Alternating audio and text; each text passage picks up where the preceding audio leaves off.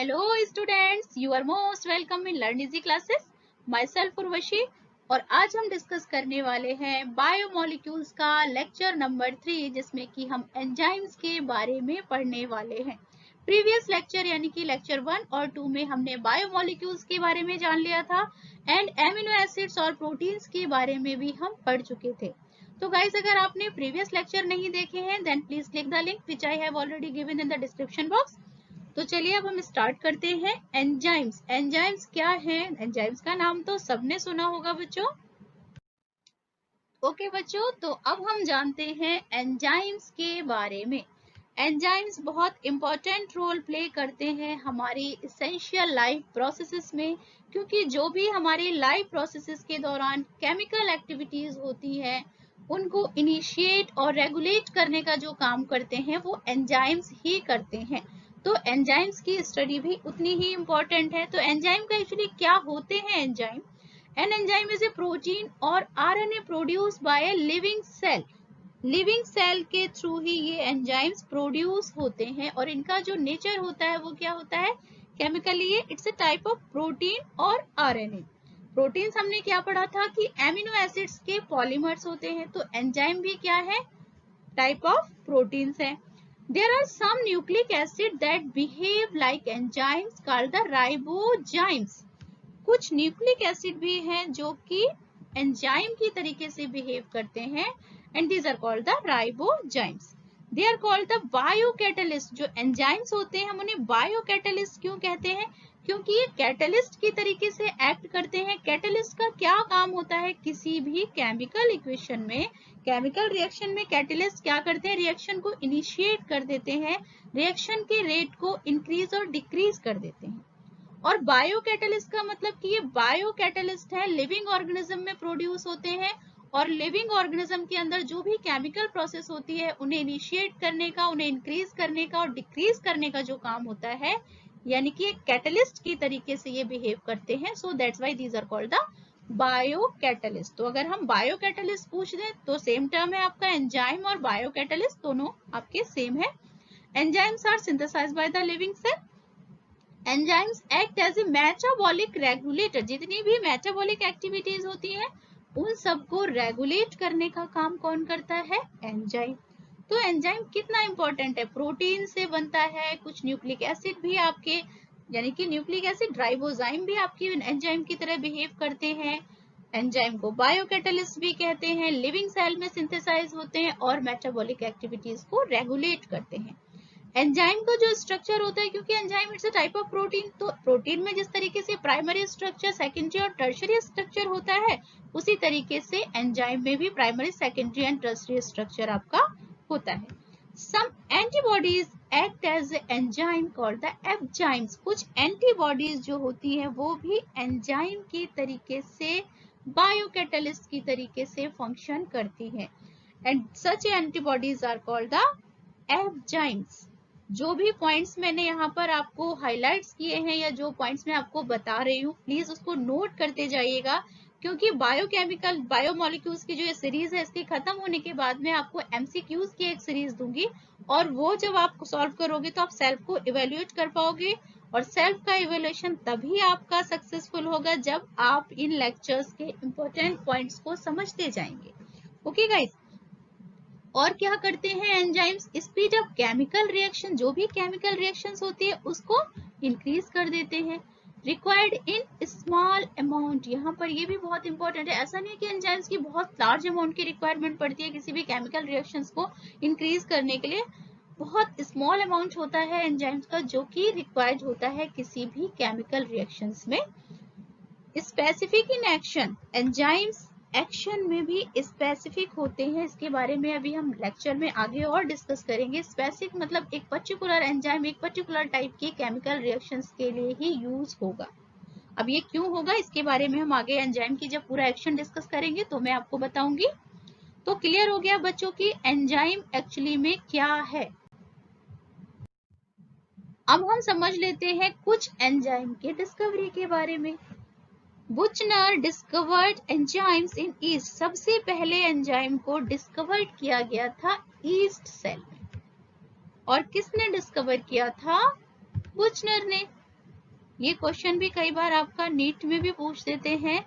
The term enzyme was coined by the Kuhne, और उसके बाद क्योंकि हमने एंजाइम को ईस्ट सेल में डिस्कवर किया था, एंजाइम का मतलब ही होता है इन ईस्ट, और उसके बाद जो एंजाइम को नाम एंजाइम एक्चुअली किसने दिया था, कोहने ने दिया था। डिस्कवर तो सबसे पहले किया था बुशनर में, बट जो एंजाइम एक्चुअली में टर्म दिया गया था वो दिया था कोहने ने 1878 में। Sumner isolate first crystallise enzyme urease enzyme. First crystallise enzyme था यूरिएज एंजाइम, और किसने आइसोलेट किया था सबसे पहले उसको क्रिस्टल फॉर्म में, समनर में। तो ये डिस्कवरी भी बहुत सिग्निफिकेंट है बच्चों, इसे भी आपने नाम याद रखने हैं। अब हम देखते हैं types of enzymes on the basis of their chemical nature. Enzyme के केमिकल नेचर के आधार पर किस टाइप में हम एंजाइम को क्लासिफाई कर सकते हैं। केमिकल नेचर मींस एंजाइम किस टाइप के मॉलिक्यूल से बने हुए हैं, क्या केमिकली उनका नेचर है, उसके बेस पर एंजाइम्स को हमने 2 पार्ट्स में कैटेगराइज करा है। सिंपल एंजाइम, सिंपल से ही आपको समझ आ रहा है कि made up of only proteins, केवल ये प्रोटीन से ही बने हुए हैं। एग्जाम्पल है आपके पेप्सिन एंड ट्रिप्सिन, नाम आपने सुने होंगे जब हमने लाइफ प्रोसेसेस के बारे में डिस्कस किया था प्रीवियस क्लासेस में 10th में, तब आपने पेप्सिन और ट्रिप्सिन के नाम खूब सुने होंगे, है ना बच्चों। सिंपल एंजाइम समझ आया कि made up of only protein. यहाँ पर हम एंजाइम का जो क्लासिफिकेशन कर रहे हैं बच्चों वो ध्यान रखिएगा, क्योंकि एंजाइम की हम जो केमिकल नेचर है उसके बेस पर यहाँ पर हमने क्लासिफाई किया एंजाइम्स को। Simple enzyme and conjugated enzymes. Conjugated enzymes are also called the holo enzymes. holo enzyme भी हम conjugated enzymes को कहते हैं। conjugated से ही आपको समझ आ रहा है कि कॉम्प्लेक्स टाइप का कुछ स्ट्रक्चर है। अब इसमें क्या क्या है जी, हम ये भी देख लेते हैं। Made up of protein and non protein part. Conjugated enzymes में एक्चुअली क्या होता है, प्रोटीन और नॉन प्रोटीन दोनों पार्ट यहाँ पर कंबाइंड होते हैं, जबकि सिंपल में क्या था, केवल एंड केवल प्रोटीन से ही बने हुए थे हमारे सिंपल एंजाइम, यानी कि pepsin and trypsin etcetera. Conjugated enzyme हमारे प्रोटीन और नॉन प्रोटीन दोनों तरीके से बने होते हैं, और फिर फर्दर 2 पार्ट्स में ये डिवाइड होते हैं, protein part and non protein part. Protein parts को हम कहते हैं एपो एंजाइम। नाम याद रखिएगा, ये बहुत इंपॉर्टेंट नाम है बेटा, इनको याद रखना आपको बहुत जरूरी है। तो प्रोटीनिशियस पार्ट जो है आपका कॉन्जुगेटेड एंजाइम का, it is called the apo enzyme, and non protein part of the conjugated enzyme is called the cofactor. Cofactor हम बोलेंगे इसको, ओके बच्चे। अब उसके बाद जो नॉन प्रोटीन पार्ट है, इसमें भी कोएंजाइम, मेटल एक्टिवेटर और प्रोस्थेटिक ग्रुप है। ये जो ग्रुप्स हैं ये हमने क्लासिफाई करे हैं ऑर्गेनिक एंड इनऑर्गेनिक बेसिस पर। कोफैक्टर में जितने भी ऑर्गेनिक अगर हमारे एंजाइम्स हैं, ऑर्गेनिक कंपोनेंट्स हैं, तो फिर हमने उनको कोएंजाइम और प्रोस्थेटिक में डिवाइड किया। जो भी ऑर्गेनिक पार्ट था कोफैक्टर का, वो कोएंजाइम और प्रोस्थेटिक ग्रुप बनाता है, और जो इनऑर्गेनिक पार्ट है वो हमारा है मेटल एक्टिवेटर। और प्रोस्थेटिक ग्रुप और कोएंजाइम ये जो है take part in the group transfer reaction. Both coenzyme and prosthetic group take part in a group transfer reaction. Okay बच्चों, अब हम यहाँ पर कुछ फंक्शन भी समझ लेते हैं। कोएंजाइम, मेटल एक्टिवेटर और प्रोस्थेटिक ग्रुप एक्चुअली है क्या है, तो ये कॉन्जुगेटेड प्रोटीन, और कॉन्जुगेटेड में भी ये नॉन प्रोटीन पार्ट है, यानी कि कोफैक्टर वाले पार्ट है ये। कोएंजाइम क्या होते हैं, loosely attached organic part of enzyme. ये लूजली अटैच्ड होते हैं, ऑर्गेनिक पार्ट होता है एंजाइम का, and essential for bringing the substance in contact with enzyme। ये बहुत इंपॉर्टेंट पॉइंट है, इसे नोट कर लीजिए। essential for bringing the substance in contact with an enzymes, and second इसका फंक्शन है बहुत important, it picks up a product of the reactions।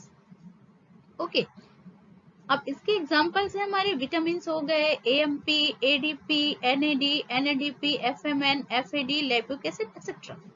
तो जो भी ऑर्गेनिक पार्ट था लूजली अटैच था, this are called the coenzyme. And metal activator जो inorganic part था, मेटेलिक आयन जो हो जाते हैं वो लूजली अटैच्ड होता है, इनऑर्गेनिक पार्ट है हमारे नॉन प्रोटीन पार्ट का, iron, magnesium, zinc, calcium etcetera. Prosthetic group ये भी ऑर्गेनिक पार्ट है but tightly attached organic part है ये। Many organic part can not be easily separated, इसमें से कई बार आपका इनऑर्गेनिक पार्ट भी अटैच होता है जिसे कि हम इजिली सेपरेटेड नहीं कर सकते, जैसे कि इसका बेस्ट एग्जांपल है हीम। ओके बच्चों, तो एंजाइम्स हमें समझ में आए कि इनके नेचर के बेस पर सिंपल एंड कॉन्जुगेटिव को फिर हमने प्रोटीन एंड नॉन प्रोटीन, और प्रोटीन वाला जो पार्ट है वो एपो एंजाइम है, नॉन प्रोटीन वाला जो पार्ट है वो कोफैक्टर है। कोफैक्टर में भी इनऑर्गेनिक और ऑर्गेनिक पार्ट्स हैं, जो ऑर्गेनिक पार्ट्स थे वो हमारे कोएंजाइम एंड प्रोस्थेटिक ग्रुप है, और जो इनऑर्गेनिक पार्ट है वो हमारा मेटल एक्टिवेटर। तो क्लियर हुआ बच्चों कि क्लासिफिकेशन केमिकल नेचर के बेसिस पर एंजाइम का। अभी हम यहाँ पर क्लासिफिकेशन देखेंगे एंजाइम्स का उसकी रिएक्शंस के बेस पर, यानी कि किस टाइप की रिएक्शंस एंजाइम परफॉर्म करता है, किस टाइप की रिएक्शंस को ये इनिशिएट या इंक्रीज करता है, उसके बेसिस पर हमने एंजाइम्स को 6 पार्ट में क्लासिफाई किया है। मैं वन बाय वन आपको बताऊंगी। ऑक्सीडोरेडक्टेज जैसे कि नाम से ही हमें समझ आ रहा है कि ऑक्सीडेशन रिडक्शन में पार्टिसिपेट करते हैं इस टाइप के enzyme. It take parts in the oxidation reduction reaction, यानी कि ट्रांसफर ऑफ इलेक्ट्रॉन्स जो होता है उसमें ये पार्टिसिपेट करते हैं। और ट्रांसफर ऑफ इलेक्ट्रॉन्स क्या होता है, ऑक्सीडेशन रिडक्शन रिएक्शन ही होती है। ट्रांसफरेज एंजाइम का क्या काम होता है, they transfer a group of from one molecules to another, glutamate हो गया, पायरुवेट ट्रांसएमिनेज हो गया। तो ट्रांसफरेज नाम से ही पता चल रहा है कि ये क्या फंक्शन होगा इनका किस टाइप की रिएक्शंस परफॉर्म करेंगे। Hydrolase, they catalyse hydrolysis of bond like ester, ether and peptides.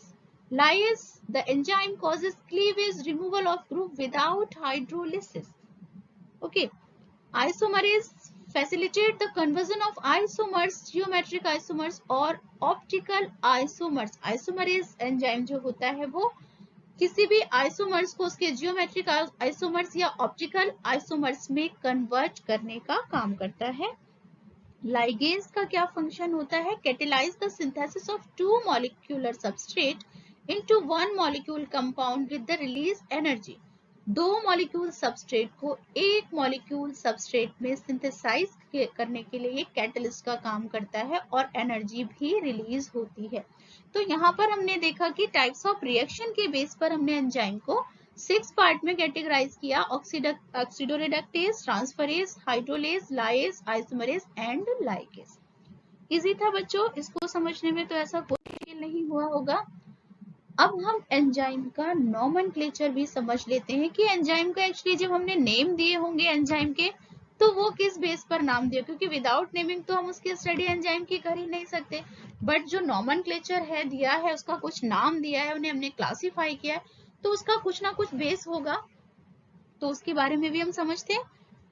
ड्यूक्लेक्स ने सबसे पहले 1883 में हमें एंजाइम्स के नॉमेनक्लेचर से इंट्रोड्यूस कराया था। नाम याद रखिएगा साइंटिस्ट का, ड्यूक्लेक्स। Except for the some originally studied enzymes such as pepsin, rennin and trypsin.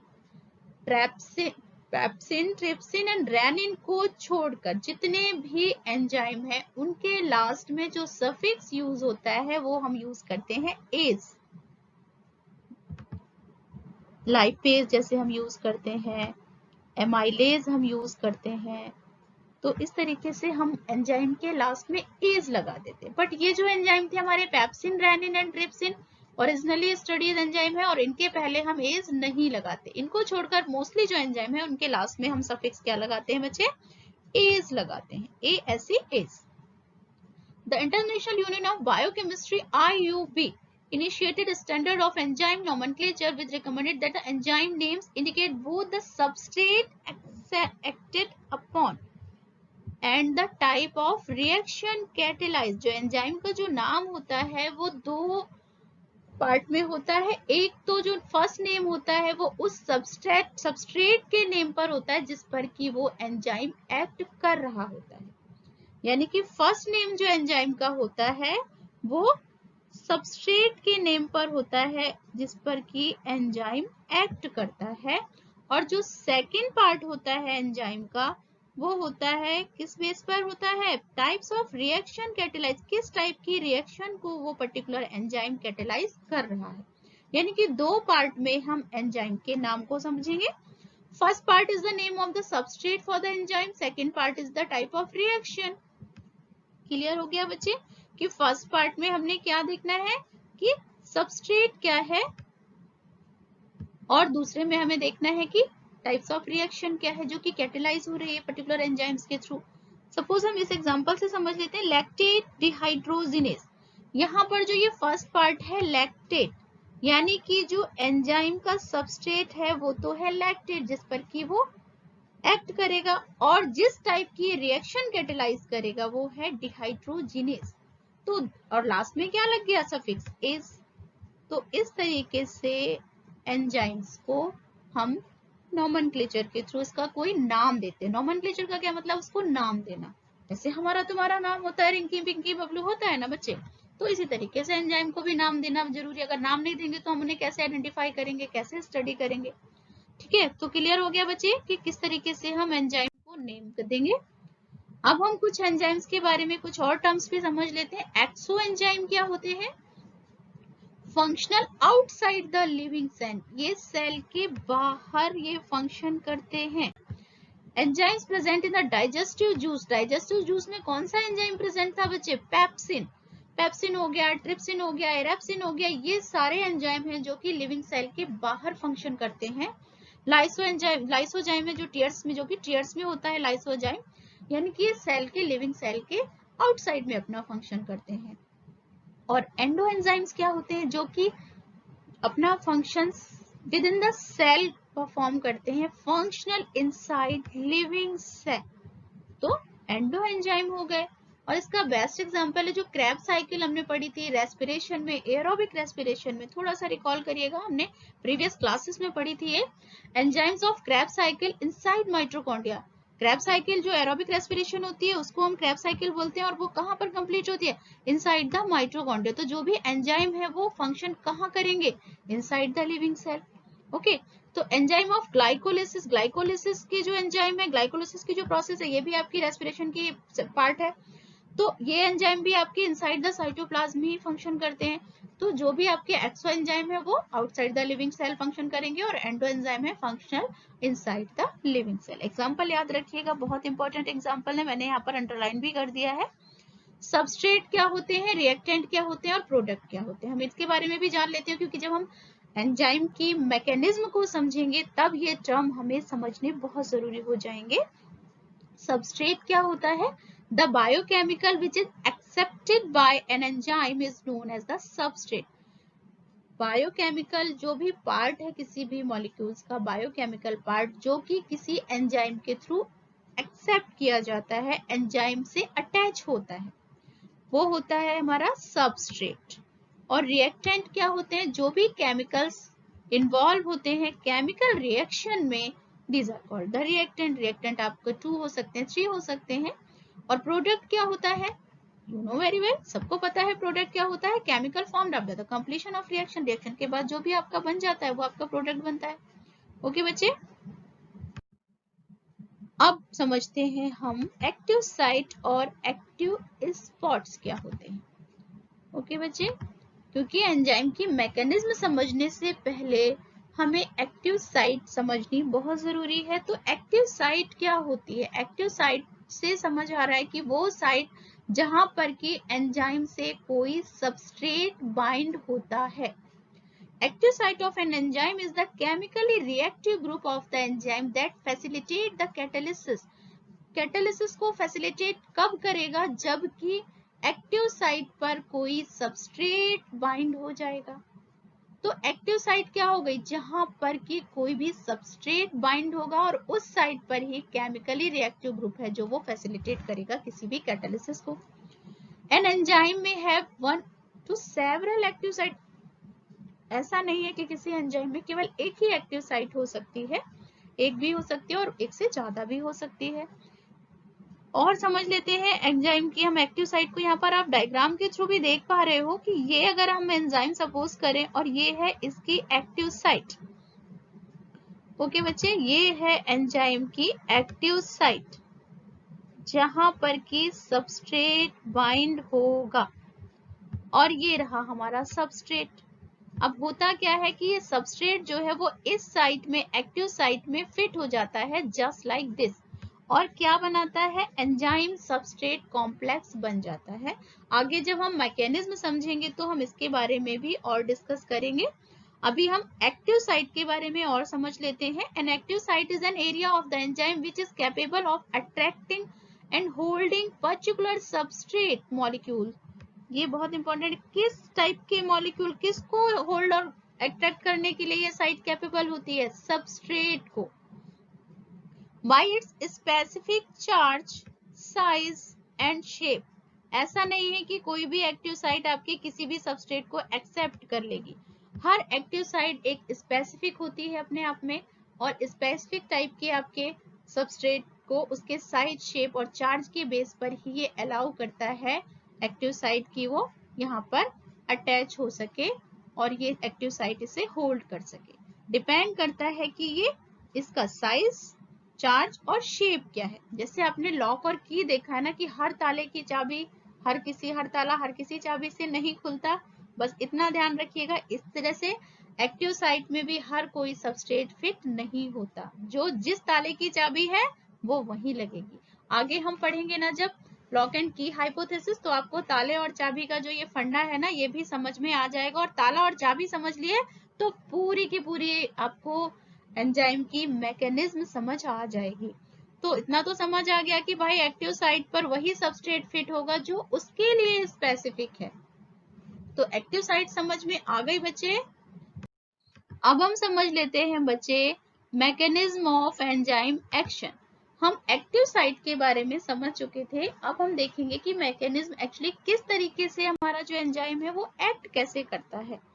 The formation of enzyme substrate complex, ES का मतलब है एंजाइम सबस्ट्रेट कॉम्प्लेक्स। जैसे कि मैंने साइट के बारे में जब बताया तो मैंने आपको बताया कि किस तरीके से जो एक्टिव साइट है वो सबस्ट्रेट को अट्रैक्ट करती है और एक तरीके से एक कॉम्प्लेक्स बना लेती है, और जो एंजाइम की एक्टिव साइट है वहां पर सबस्ट्रेट फिट हो जाता है और क्या बनता है, ES कॉम्प्लेक्स या एंजाइम सबस्ट्रेट कॉम्प्लेक्स, जो कि किसी भी कैटालिसिस की जो आपकी इनिशिएशन है रिएक्शन का उसके लिए बहुत ज्यादा इंपॉर्टेंट होता है। यहाँ पर ये ES कॉम्प्लेक्स, एंजाइम हो गया और ये सबस्ट्रेट हो गया, दोनों मिलाकर ये क्या बनाया, ES कॉम्प्लेक्स।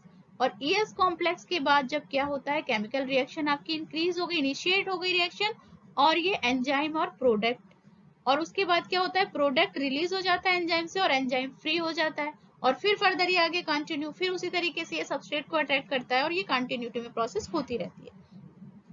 आगे हम इसे और समझते हैं। सब क्या क्या स्टेप्स होते हैं एंजाइम जब एक्शन करता है। First, the substance bind to the active site of the enzyme fitting into the active site. क्या होता है कि जो ये एक्टिव साइट है, ये क्या दिख रही है बच्चे, ये है एक्टिव साइट। ओके, और जो सबस्ट्रेट होता है वो इस एक्टिव साइट में बाइंड हो गया। First, the substance bind to the active site of the enzyme fitting into the active site. तो जी ये जो एक्टिव साइट है इसमें ये सबस्ट्रेट जो है वो फिट हो गया, जस्ट लाइक दिस, फिट हो गया फिट। ओके, और क्या बन गया, एंजाइम सबस्ट्रेट कॉम्प्लेक्स बन गया। समझ आ रहा है बच्चे। The binding of the substrate induce the enzyme to alter its shape fitting more tightly around the substrate.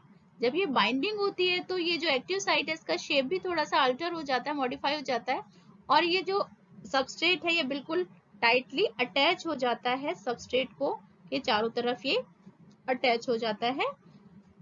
और क्या होता है उसके बाद, आगे का प्रोसीजर क्या होता है, the active site of the enzyme now in close proximity of the substrate break the chemical bonds।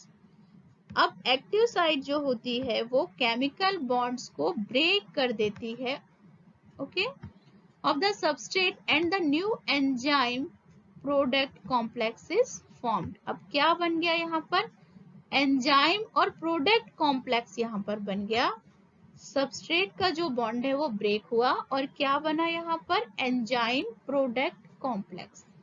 ये जो बना एंजाइम प्रोडक्ट कॉम्प्लेक्स, ओके, ये बना। और फिर फाइनली क्या हुआ, the enzyme release the product of the reaction and free enzyme is ready to bind another molecule of the substrate and runs through the catalytic cycle once again.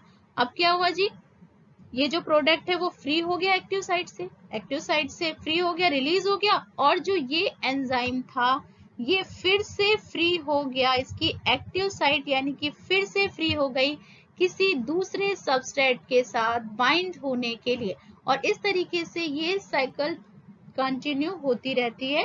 एक enzyme ने किसी particular, जिसके लिए वो specific है, substrate को attract किया, substrate bind हुआ, एंजाइम सबस्ट्रेट कॉम्प्लेक्स बना, देन फिर क्या हुआ, सबस्ट्रेट जो होता है वो आपका न्यू एंजाइम प्रोडक्ट कॉम्प्लेक्स में कन्वर्ट हुआ, और देन फिर आपका प्रोडक्ट जो है वो रिलीज हो गया और एंजाइम फिर से फ्री हो गया। तो इस तरीके से ये कंटिन्यू होता रहता है। इसीलिए हम कहते हैं कि यहाँ पर टर्म हमने पहले यूज किया था कि एंजाइम जो है बहुत ही स्मॉलर क्वांटिटी में यूज होता है केमिकल रिएक्शंस में एज ए कैटलिस्ट। कैटलिस्ट क्या करते हैं कि किसी भी केमिकल रिएक्शन को इंक्रीज कर देते हैं, इनिशिएट करते हैं, खुद पार्टिसिपेट नहीं करते। यहाँ पर जो ये एंजाइम है ये प्रोडक्ट में कहीं भी यहाँ पर ये कंबाइन नहीं हुआ, ये रिलीज कर दिया प्रोडक्ट और ये खुद इटसेल्फ वापस फ्री हो गया। ओके, तो मैकेनिज्म क्लियर होती है बच्चे। और अगर आपको फिर भी कहीं कोई डाउट है देन प्लीज मुझे कमेंट सेक्शन में कमेंट करिए। ओके, मैं कोशिश करूंगी कि आपकी प्रॉब्लम्स को भी मैं शॉर्ट आउट करूं। अब हम समझते हैं की एंड लॉक हाइपोथेसिस। बहुत मजेदार सी हाइपोथेसिस है और बहुत समझ भी आ जाएगी आपको, क्योंकि चाबी और ताले का यूज तो सब बच्चों ने किया होगा, सब अपने अपने घर में चाबियां ताले यूज करते हो। तो क्या होता है, क्या किसी ताले में कोई दूसरी चाबी लग जाती है? नहीं लगती। हर ताले की एक स्पेसिफिक चाबी होती है, उसका शेप के अकॉर्डिंग हम देखते हैं ना। उसी तरीके से हर एंजाइम जो होता है वो स्पेसिफिक टाइप के लिए, रिएक्शंस के लिए आपका स्पेसिफिक होता है। सबस्ट्रेट, हर एंजाइम की एक्टिव साइट में हर एक सबस्ट्रेट जो है वो बाइंड नहीं हो सकता, क्योंकि लॉक एंड क्यू थ्योरी ही यही कहती है। लॉक एंड की एनालॉजी फर्स्ट पोस्टुलेट इन 1894 बाय एमिल फिशर। सबसे पहले किसने ये थ्योरी पोस्टुलेट करी थी? एमिल फिशर ने 1894 में। Okay, enzymes are highly specific होते हैं भाई, हर किसी के साथ, सबस्ट्रेट के साथ हर किसी एंजाइम की एक्टिव साइट बाइंड हो ही नहीं सकती। They must bind to a specific substrate before they can catalyze a chemical reaction. किसी भी केमिकल रिएक्शन को कैटेलाइज करने से पहले जो एंजाइम्स होते हैं ये किसी स्पेसिफिक सबस्ट्रेट के साथ बाइंड होते हैं। ये एक बहुत एसेंशियल प्रोसेस होती है किसी भी केमिकल रिएक्शन को कैटेलाइज करने के लिए। The specific action of an enzyme with a single substrate can be explained using lock and key. तो जो आपका, अगर मैं समझ लूं, बताऊं आपको कि अगर जो हमारा एक्टिव साइट है वो लॉक हो गया और सबस्ट्रेट हो गया की, क्योंकि एंजाइम जो होता है वो बड़ा होता है और सबस्ट्रेट जो होता है वो स्मॉलर मॉलिक्यूल होता है, तो लॉक क्या बड़ा होता है और की छोटी होती है। तो जो लॉक हो गया वो हमारे हो गया एंजाइम, और एंजाइम की जो एक्टिव साइट है, और जो सबस्ट्रेट है वो की हो गया। तो स्पेसिफिक एंजाइम यानी कि हर एक एक्टिव साइट के लिए एक स्पेसिफिक सबस्ट्रेट होता है। In this analogy the lock is the enzyme. Clear हो गया, लॉक क्या है हमारा? एंजाइम है, larger in shape, and the key is the substrate. बस ये फंडा समझ आ जाएगा कि ताला क्या है, चाबी क्या है, तो फिर अपने आप ही दिमाग के ताले खुलने वाले हैं। ठीक है ना बच्चे? Only the correctly sized key substrate fit into the keyhole. Active site पर जो करेक्ट साइज का आपका सबस्ट्रेट होगा वही फिट होगा, यानी कि ताले में सही चाबी फिट होगी। ओके, और ये हमारा हो जाता है की एंड लॉक हाइपोथेसिस। और अब हम दिमाग के ताले खोल लेते हैं। दिमाग के ताले खुल गए जी, और समझ में भी आ लिया। ठीक है, ये देखो ताला और ये देखो चाबी। अब जैसे ये हमने देख रहे हैं एंजाइम है, तो ये हमारा क्या है जी? ताला हो गया। ठीक, और हमने इसमें लगा दी सबस्ट्रेट की चाबी। अब चूंकि ये चाबी इसी ताले की थी, तो इसी ताले की थी, तो जी ये इसमें फिट हो गई और बन गया, क्या बन गया? एंजाइम सबस्ट्रेट कॉम्प्लेक्स बन गया। लेकिन अगर ये जो ताला है इसकी ये चाबी नहीं होती, ये सबस्ट्रेट यानी कि इसकी चाबी नहीं होता, इसके लिए स्पेसिफिक नहीं होता ये एंजाइम इस पर्टिकुलर सबस्ट्रेट के लिए, तो यहाँ पर ये फिट नहीं होता, यानी कि एंजाइम सबस्ट्रेट कॉम्प्लेक्स भी नहीं बनता। तो ये क्लियर हो गया कि जो एंजाइम का स्पेसिफिक नेचर होता है उसी की वजह से यहाँ पर हम ये की एंड लॉक हाइपोथेसिस यूज करते हैं एंजाइम के एक्शन के लिए। एंड किसने दिया था? फिशर ने दिया था। तो दिमाग के ताले खुल गए। अब हम थोड़ा सा एक्टिवेशन एनर्जी, क्योंकि जब ताले खुल गए तो एनर्जी भी आ गई। जब दिमाग के ताले खुलते हैं तो क्या होता है? एनर्जी आ जाती है और भी ज्यादा हमारा काम करने का मन करने लगता है ना। हमारी एक्टिविटीज बहुत ज्यादा हाईली रेट पर होने लगती है। तो दिमाग के ताले खोले तो अब हम एनर्जी की बात कर लेते हैं कि एक्टिवेशन एनर्जी क्या है, क्योंकि दिमाग के ताले खुलने के बाद हमारी भी दिमाग की एनर्जी है ना, वो एक्टिवेट होगी। कैसे एक्टिवेट होगी, चलिए हम देखते हैं। An external supply of energy is needed for the start of chemical reaction. किसी भी केमिकल रिएक्शन को स्टार्ट करने के लिए एक एक्सटर्नल एनर्जी की सप्लाई की जरूरत होती है। ऐसे कोई भी रिएक्शन स्टार्ट नहीं होती अंटिल की जब तक उसको कोई एक्सटर्नल एनर्जी प्रोवाइड ना करी जाए। अब वो एनर्जी कहाँ से आती है? जो एक्सटर्नल एनर्जी होती है, it is called the activation energy. So what is activation energy? An external supply of energy is needed for the start of chemical reaction is called the activation energy. और activation energy actually काम क्या करती है? जो भी system की kinetic energy होती है उसे ये इंक्रीज कर देती है। It increase the kinetic energy of the system and bring about the forceful collision between the reactant. जब रिएक्टेंट के बीच में कोलिजन होगा तभी तो केमिकल रिएक्शन पॉसिबल होगी, रिएक्शन इनिशिएट होगी, प्रोडक्ट का फॉर्मेशन होगा। तो जब काइनेटिक एनर्जी बढ़ेगी, और काइनेटिक एनर्जी कैसे बढ़ेगी? एक्टिवेशन एनर्जी के थ्रू। ओके, यहाँ पर देखो, हम इस ग्राफ से बहुत अच्छे से समझ पाएंगे। ये जो ग्रीन कलर का पोर्शन है ये आपकी रिएक्शन विदाउट कैटलिस्ट, ये विदाउट कैटलिस्ट रिएक्शन है। और रिएक्शन विद कैटलिस्ट, ये जो आपका डॉट डॉट स्ट्रक्चर है ये हम देख रहे हैं, this is the reaction with catalyst. तो जो ये वाली रिएक्शन है, ये रिएक्शन जो हमारी है ये विद कैटलिस्ट है। ओके, और ये जो ग्रीन कलर का पार्ट है ये हम इसमें रिएक्शन दिखा रहे हैं विदाउट कैटलिस्ट। तो अब विदाउट कैटलिस्ट जो रिएक्शन होगी, यहाँ पर एक्टिवेशन एनर्जी जो है बहुत कम है। तो यहाँ पर जो रिएक्शन का पाथ है, यहाँ पर देखो, क्योंकि एक्टिवेशन एनर्जी बहुत लो है, और जब हम कैटलिस्ट का यूज करते हैं तो ये रिएक्शन बहुत जल्दी हो जाती है। एक्टिवेशन एनर्जी यहाँ पर क्या है? हाई है। तो ये क्लियर हो गया कि रिएक्शन ऑफ पाथ किस पर डिपेंड करता है? रिएक्शन हमारी एक्टिवेशन एनर्जी की। और एक्टिवेशन एनर्जी कहाँ से आती है? कैटलिस्ट से आती है। तो क्लियर हो गया आपको एक्टिवेशन एनर्जी क्या है बच्चे। अब थोड़ा सा हम और कुछ इंपॉर्टेंट बातें जान लेते हैं एंजाइम्स के बारे में, जो कि ये बहुत इंपॉर्टेंट टर्म है और आपके एग्जामिनेशन पॉइंट ऑफ व्यू से तो ठीक ही है, लेकिन उसके अलावा अगर आप नीट वगैरह के एग्जाम्स की भी प्रिपरेशन कर रहे हो तो ये पॉइंट जरूर याद रखिएगा, क्योंकि मोस्टली नीट के एग्जाम में इस टाइप के क्वेश्चंस पूछते हैं। प्रो एंजाइम और जाइमोजन क्या है? प्रो एंजाइम, प्रो यानी कि प्रीवियस, ये भी समझ में आ रहा है। Pro enzyme inactive precursor of enzyme. Inactive precursor, जब एंजाइम इनएक्टिव स्टेट में होता है तो हम उसे बोलते हैं प्रो एंजाइम। जाइमोजन स्पेशली हम यूज करते हैं प्रोटियोलिटिक एंजाइम के, प्रो एंजाइम के लिए, यानी कि प्रीकर्सर जो होते हैं। प्रोटियोलिटिक एंजाइम क्या होते हैं? जो कि प्रोटीन पर एक्शन करते हैं। प्रोटियोलिटिक एंजाइम हमने पढ़े थे, पेप्सिन, ट्रिप्सिन, इरैप्सिन, रेनिन एक्सेट्रा। हमने प्रोटीन्स पर जो एक्ट करते थे ये सब हमने प्रोटियोलिटिक एंजाइम पढ़े थे। तो जो जाइमोजन होता है स्पेशली यूज करते हैं प्रोटियोलिटिक एंजाइम के इनएक्टिव प्रीकर्सर के लिए। इसको हम एक एग्जांपल से समझेंगे। पेप्सिनोजन क्या है? एक प्रीकर्सर है, इनएक्टिव प्रीकर्सर है, यानी कि ये प्रो एंजाइम है। और ये कब काम करेगा? जबकि इसको पर्टिकुलर पीएच मिल जाएगा। पेप्सिनोजन है जो प्रीकर्सर है किस एंजाइम का? पेप्सिन एंजाइम का। अब पेप्सिनोजन कब एक्टिव होगा? जबकि इसे पर्टिकुलर पीएच मिलेगा। पर्टिकुलर पीएच गैस्ट्रिक जूस में कहां से प्रोवाइड हो रहा था? इसको HCl से। क्योंकि जो पेप्सिन है वो कब फंक्शन करता है? जबकि उसको एसिडिक मीडियम मिल जाता है। यानी कि जब तक एसिडिक मीडियम नहीं मिलेगा तब तक ये इनएक्टिव कर्सर के प्रीकर्सर के फॉर्म में रहेगा, यानी कि किस फॉर्म में रहेगा ये, पेप्सिनोजन। और पेप्सिनोजन को उस कंडीशन में हम क्या कहेंगे, जाइमोजन बोलेंगे। तो समझ आया कि जाइमोजन क्या होते हैं, इनएक्टिव प्रीकर्सर होते हैं किसी भी एंजाइम के, और जब तक वो एक्टिव नहीं होते जब तक कि उन्हें एक पर्टिकुलर पीएच ना प्रोवाइड कर दिया जाए।